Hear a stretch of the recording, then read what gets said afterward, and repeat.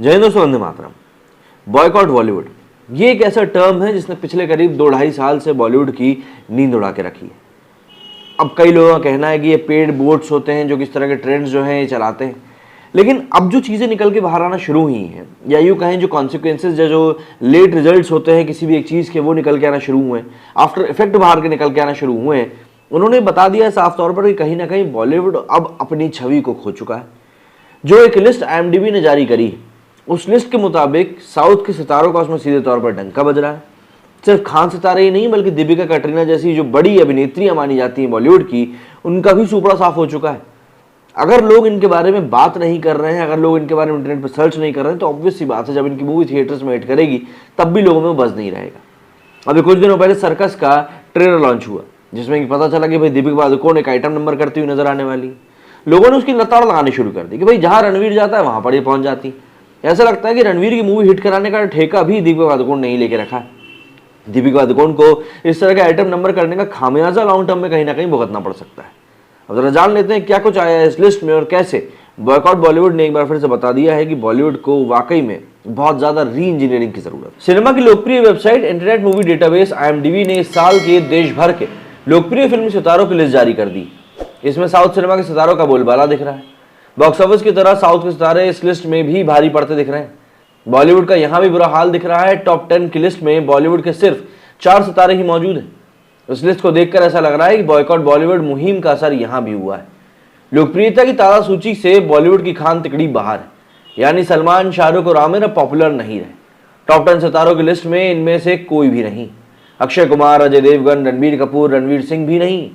और वैसे भी बॉलीवुड के जिन सितारों का नाम यहाँ पर दर्ज है, उसमें आलिया भट्ट को छोड़ दिया जाए तो ये समझ नहीं आ रहा कि बचे हुए 3 कलाकार ऐश्वर्या राय बच्चन, कियारा आडवाणी और ऋतिक रोशन को आखिर किस आधार पर जगह मिली। ऐश और ऋतिक की तो केवल एक फिल्में ही रिलीज हुई हैं।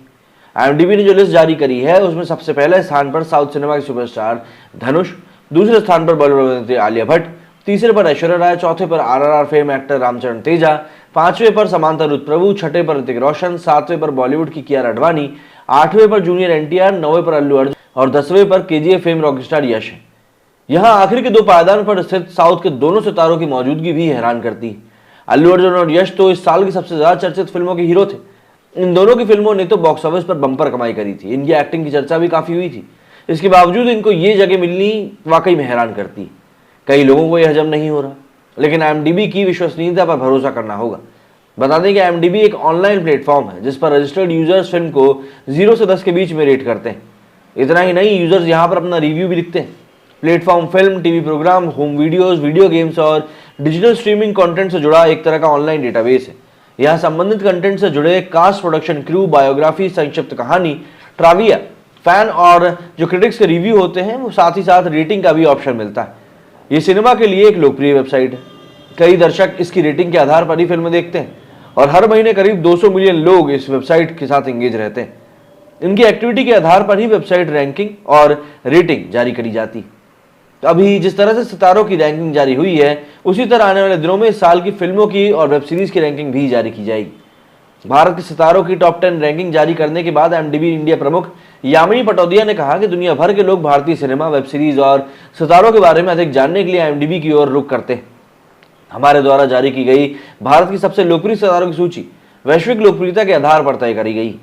देश के विभिन्न क्षेत्रों से आने वाले कलाकारों की प्रशंसा पूरी दुनिया में हो रही है। हमारे देश से प्रतिभाएं भरी पड़ी जो वैश्विक पटल पर हिंदुस्तान का नाम रोशन कर रही हैं। धनुष जैसे अभिनेताओं को पहचाना जा रहा है। रयान गॉसलिंग और क्रिस इवांस जैसे हॉलीवुड सितारों के साथ काम करने का उनको मौका मिल रहा है। जूनियर NTR और रामचरण जैसे सितारों की फिल्म RRR पूरी दुनिया में धूम मचा रही है। और अभिनेत्री ऐश्वर्या राय बच्चन की फिल्मों में वापसी को भी आलोचकों और प्रशंसकों द्वारा व्यापक सराहना मिल रही है। अगर हम एक एक करके इनके लोकप्रियता की वजहों पर नजर डालें तो सबसे पहले बारी आती है यहाँ पर धनुष की। साउथ के सिनेमा और सुपरस्टार धनुष इस साल Hollywood film the grey man की वजह से सबसे ज्यादा चर्चा में रहे। इसे 22 जुलाई को नेटफ्लिक्स पर स्ट्रीम किया गया था। इसके अलावा धनुष ने तमिल फिल्म मारन, थिरुचित्राम्बलम और नाने वरुवेना में और वाथी में भी काम किया था। इस साल उनकी कोई हिंदी फिल्म रिलीज नहीं हुई थी। वहीं बात करें आलिया भट्ट की तो बॉलीवुड एक्ट्रेस आलिया भट्ट के करियर के लिहाज से यह साल बहुत अहम रहा। इस साल उनकी झोली में कई बड़ी फिल्में आई। इसमें संजय लीला भंसाली के निर्देशन में बनी फिल्म गंगूबाई कठियावाड़ी, SS राजमौली की RRR और आयन मुखर्जी की ब्रह्मास्त्र शामिल है। उनकी एक फिल्म डार्लिंग नेटफ्लिक्स पर भी स्ट्रीम हुई थी। वहीं ऐश्वर्या राय बच्चन की बात करें तो बॉलीवुड एक्ट्रेस लंबे समय बाद फिल्मों में कमबैक की वजह से चर्चा में रही। उन्होंने मणिरत्नम की फिल्म पेनियन सेल्वन के जरिए वापसी करी। ये फिल्म अपने बजट की वजह से बहुत ज़्यादा चर्चा में रही थी। बताया जा रहा था कि इसके दोनों पार्ट को मिलाकर करीब 500 करोड़ रुपए में तैयार किया गया है और इस फिल्म ने बॉक्स ऑफिस पर काफ़ी अच्छा प्रदर्शन किया था। वहीं जब बात रामचरण की आती है तो इनकी बात RRR से ही होती है। दरअसल इस फिल्म में उन्होंने श्री राम से प्रेरित किरदार निभाया था। ये फिल्म देश ही नहीं बल्कि दुनिया भर में धमाल मचा रही है। इसके अलावा अपने पिता चिरंजीवी के साथ फिल्म आचार्य में भी नजर आए थे, लेकिन वो फ्लॉप रही थी। समांता रुत प्रभु वो तो इस साल मतलब अलग ही लेवल पर खेल रही थी।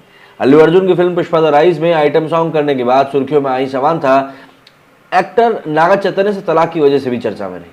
इसके अलावा इस साल उनकी 2 फिल्में रिलीज हुई हैं।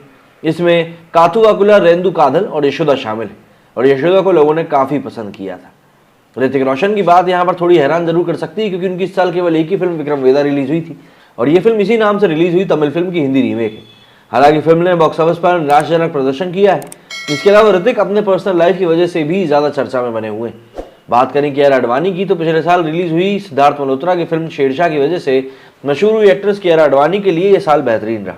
इस साल उनकी 2 फिल्में जुग जुग जियो और भूल भुलैया 2 रिलीज हुई। दोनों ही फिल्में बॉक्स ऑफिस पर सफल रहीं। उनकी एक फिल्म गोविंदा नाम मेरा और OTT पर स्ट्रीम भी होने वाली। ऐसे ही जूनियर NTR, अल्लू अर्जुन और आखिर में यश की बात भी बहुत ज़्यादा करनी पड़ेगी। दरअसल जूनियर NTR तो फिर भी RRR के कारण चर्चा में थे, लेकिन अल्लू अर्जुन की चर्चा तो यहाँ पर काफ़ी ज़्यादा हुई। अला वैकुंठपुरमलो और उसके साथ ही साथ पुष्पा ने उनको घर घर तक पहुँचा दिया। कोरोना काल में भी उनकी इस फिल्म ने बम्पर कमाई करी थी और फिलहाल इसके सीक्वल पर काम चल रहा है। शूटिंग शुरू हो चुकी है और अगले साल इसके रिलीज होने की संभावना भी। यश की बात करें तो यश को तो KGF ने पैन इंडिया स्टार बनाकर रख दिया है और इस साल की बात करें तो यश की ही मूवी इसने की सबसे ज़्यादा कलेक्शन का भी रिकॉर्ड बनाया है। पूरी दुनिया भर में 1200 करोड़ रुपए इस मूवी ने कमाए। उसके बावजूद भी इनका 10वें नंबर पर होना कहीं ना कहीं खटकता है, वो भी ऋतिक रोशन के पीछे। तो ऐसे में यहाँ पर साफ तौर पर बात सामने है कि भाई साउथ के सितारों का अब डंका जो है अलग लेवल पे बज रहा है और कहीं ना कहीं बॉयकॉट बॉलीवुड का जो श्राप है वो बॉलीवुड का पीछा नहीं छोड़ रहा है। आपका इस बारे में क्या कहना है मुझे कमेंट करके जरूर बताएं। मेरे स्टूडियो फिलहाल इतना ही। जय हिंद, जय भारत।